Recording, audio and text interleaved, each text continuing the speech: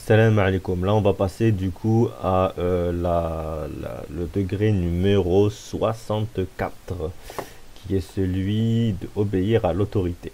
Donc, il y a une hadith qui parle du fait d'obéir à l'autorité, même si vous êtes, comment dire, même si le dirigeant est un abyssin, lépreux ou je sais pas quoi. Bon, voilà, donc c'est très très, c'est- ça va très très loin, l'obéissance au dirigeant, déjà.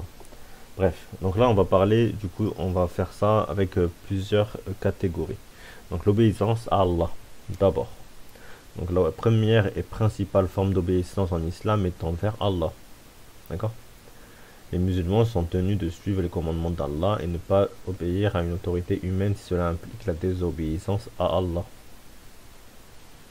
Donc voilà, donc faites attention. Mais ah oui, voilà, c'est pour ça que si un dirigeant vraiment vous dit, enfin c'est un pays de kuffar, etc., vous fuyez, hein, vous faites la hijra, comme comme ont fait tous les prophètes, hein, c'est-à-dire Abraham a fait ça quand il est parti de Nimrod. Il est parti, hein, d'accord. Quand il est parti, quand il a fait, comment on appelle ça, le prophète Mohammed sallallahu alayhi wa sallam, quand il est parti aussi, hein, il a fait une hijra. Et il y a plein de prophètes comme ça qui ont fait des hijras, c'est pas interdit de le faire, hein, d'accord. Bref.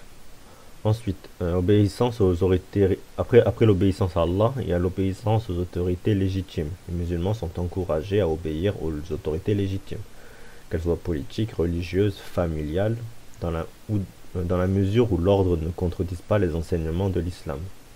Voilà. Donc vous avez le droit de fuir, hein, de partir, faire une hijra si vraiment ça vous convient pas.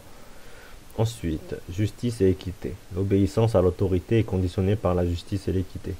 Si une autorité exerce l'injustice, ou va à l'encontre des principes islamiques, les musulmans sont encouragés à s'opposer pacifiquement à cette injustice. Conseil et conseil mutuel. En islam, il est encouragé de donner des conseils et d'accepter les conseils. Voilà, de donner des conseils et conseils mutuels. Donc il faut se mutualiser les conseils. Si une autorité prend une décision qui semble contraire à l'éthique ou à la justice, les conseils peuvent être offerts de manière respectueuse. Responsabilité individuelle. Chaque individu est responsable de ses actions devant Allah. Même lorsque l'on obéit à l'autorité, on reste responsable de ses choix et de ses actions. On ne doit pas suivre aveuglément si cela implique de désobéir à Allah. Les musulmans sont encouragés à s'engager civiquement pour améliorer la société et à participer au processus démocratique, là où cela est possible pour influencer positivement les décisions des autorités. Donc après, c'est pas forcément de voter, hein, vous pouvez juste faire entendre votre voix. Un peu parce que je sais il y a des, euh, il y a une divergence sur le vote. Mais si vous pouvez faire entendre votre voix, je sais pas si ça rentre dans la divergence. Allahu a'lam. Le respect des parents. Un aspect important de l'obéissance à l'autorité en islam concerne le respect envers les parents. Les enfants sont encouragés à obéir à leurs parents, sauf si cela va à l'encontre des commandements d'Allah. L'importance ensuite de la sagesse. L'autorité doit être exercée avec sagesse. Donc il faut que l'homme qui a l'autorité soit sage. Les dirigeants sont encouragés à prendre des décisions éclairées, à consulter les experts et à agir dans l'intérêt général. Donc voilà, ça sera tout pour cette petite branche. Et Inch'Allah, j'essaierai de la développer comme les autres, hein. Et n'oubliez pas, je suis pas un imam, je suis pas un ulama ou quoi, d'accord? Juste, je vous mets des pistes d'études, hein. Même si je me trompe des fois, c'est des pistes au moins pour que vous étudiez. Je vais prendre un petit temps pour vous expliquer comment je pense. Mais moi, quand j'étais jeune, j'avais regardé un film qui s'appelle Le Messager Risala. C'était un film un peu ancien, hein, il est même très ancien. Et il était magnifique ce film. D'accord? Et ça parlait ça parle du prophète Mohammed sallallahu alayhi wa sallam. Mais il y a plein d'erreurs en fait, hein, erreurs historiques, etc. Enfin, dans le film. Mais en fait, c'est pas ça qui est important. C'est en fait, est-ce que ça va vous gonfler votre foi? Est-ce que ça va vous aider à avancer dans la religion? Et un autre truc que je regardais quand j'étais petit, c'était aussi Le Prince d'Égypte. Je sais pas si vous connaissez le dessin animé, où on voit Sidna Moussa, etc. Moi, c'est un dessin animé qui m'a vraiment bercé quand j'étais petit. J'ai adoré ce dessin animé, d'accord? Et franchement, ça m'a mis de la foi dans mon cœur.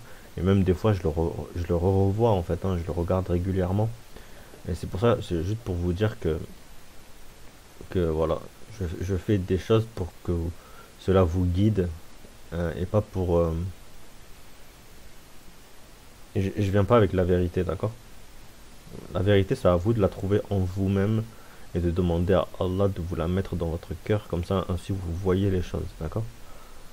Mais moi, si vraiment, si moi je vous ai indiqué un truc, si je vous ai permis de creuser un petit peu un sujet, c'est le but et l'objectif de cette chaîne. C'est vraiment de vous guider. Enfin, guider, il n'y a que Allah qui guide, hein, d'accord? Mais je veux dire de vous mettre sur des pistes en fait de réflexion. On va dire ça comme ça. Donc, c'est pas vraiment guider, mais mettre des pistes de réflexion. Et après, c'est à vous d'avancer dans ces pistes-là. D'accord? Voilà, après, je suis personne, hein, je suis vraiment personne. Donc voilà. Voilà, c'est une petite digression que je devais faire et qui est pour moi très importante. Donc désolé si je me répète, parce que je crois que je l'avais déjà dit dans une vidéo. Mais voilà, après c'est vraiment chaque branche va être étudiée un peu plus. Et c'est à vous d'étudier aussi, d'accord?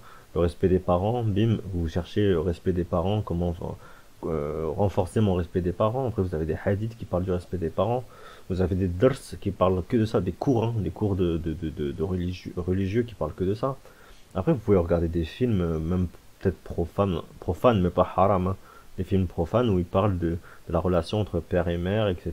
Et entre les enfants, etc. Et ça va peut-être vous éveiller sur certaines choses. On n'est pas obligé de regarder à chaque fois des trucs islamiques obligatoirement. Enfin, il faut s'ouvrir aux autres peuples, il faut s'ouvrir je pense, à d'autres cultures, hein. C'est comme ça, c'est écrit dans la sourate, punaise, la Nahl, la sourate les abeilles, ou les créatures. Je crois que c'est les créatures ou les abeilles, je sais plus c'est quoi, c'est exactement le titre en français. Mais voilà, non, c'est les abeilles, voilà, sourate les abeilles. Et ça parle en fait du fait que Dieu nous a créé, il aurait pu nous créer une seule communauté, et on a créé plusieurs. Donc on doit apprendre à se connaître et faites l'effort d'apprendre à connaître les gens, d'apprendre à connaître leur culture. Voilà. Merci beaucoup pour m'avoir écouté jusqu'ici et portez-vous bien, Inch'Allah, on se retrouve pour le prochain degré de la foi.